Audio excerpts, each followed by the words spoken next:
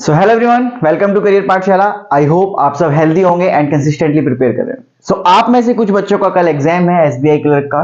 किसी का पहली शिफ्ट में है, किसी का दूसरा, किसी का तीसरा और किसी के चौथे में भी होगा, राइट।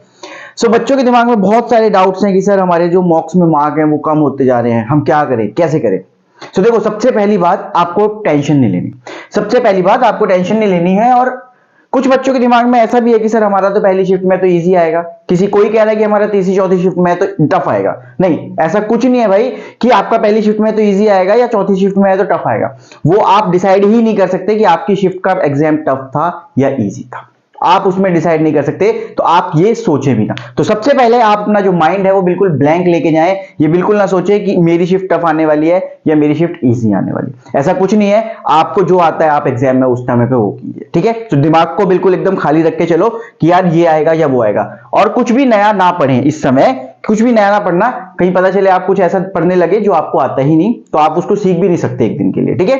तो एक दिन में आप उसको सीख नहीं पाओगे। तो आपका सीधा सीधा काम बस ये है कि जो आपको आता है, आपके जो स्ट्रॉन्ग पॉइंट्स हैं, आप उस पर फोकस करो, राइट। जैसे कुछ क्वेश्चंस 30 सेकंड में हो जाते हैं, आप उन क्वेश्चंस पे फोकस करो। जैसे इंग्लिश की बात करें अगर, तो इंग्लिश में हमारे पास क्या है, स्पेलिंग वाले क्वेश्चंस आते हैं, राइट। स्पेलिंग या फिर स्वैप द वर्ड्स आते हैं। तो वो 30-30 सेकंड का काम है। तो आप उस पर फोकस करो कि 30 सेकंड में जो क्वेश्चन हो सकता है वहां पे पहुंचते हैं और उनको खत्म करते हैं। फिर बाद में हम उन पे जाएंगे जो हमारा टाइम टेकिंग है, राइट। तो सबसे पहले ब्लैंक करके जाना माइंड को, और ये सोचना कि जो आएगा हम अपना बेस्ट करें, ठीक है। रीजनिंग में बात करें तो देखो, स्लॉक्स आएंगे या इनइक्वालिटी आएगी, वो 30 सेकंड में आपका काम है, राइट। तो 30 सेकंड में आप उसे खत्म करो। इन चीजों पे पहले जाओ कि इससे कि आपका टाइम जो है वो मैनेज हो सके।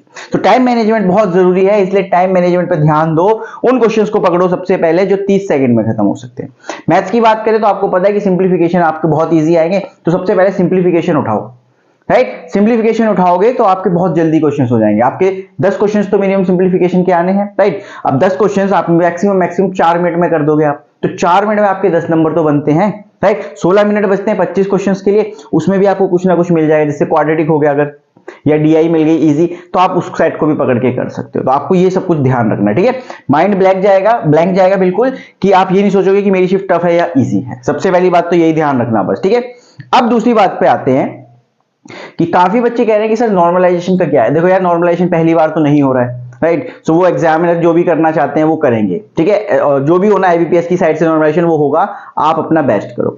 सबसे बड़ी बात, अब यहां पर एक बात का ध्यान रखना कि आप अटेम्प्ट्स पे ध्यान मत देना बिल्कुल भी। अब आप कहोगे कि सर अटेम्प्ट्स पे ध्यान नहीं देंगे तो एग्जाम कैसे क्लियर होगा।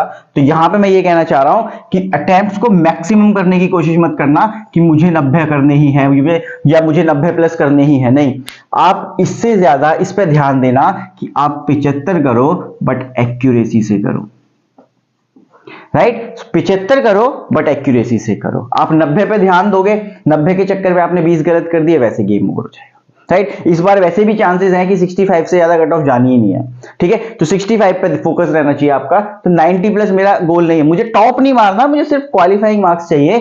मैं क्वालिफाई 75 एक्यूरेसी के साथ करके भी कर सकता हूं। तो इस चीज पे ध्यान दो। बाकी एग्जाम बहुत इजी आएगा। आई होप आप सब क्लियर करेंगे and I wish you all the best, ठीक है। सो बच्चों, बताना कि आपका एग्जाम कैसा हुआ, किस शिफ्ट में था आपका एग्जाम।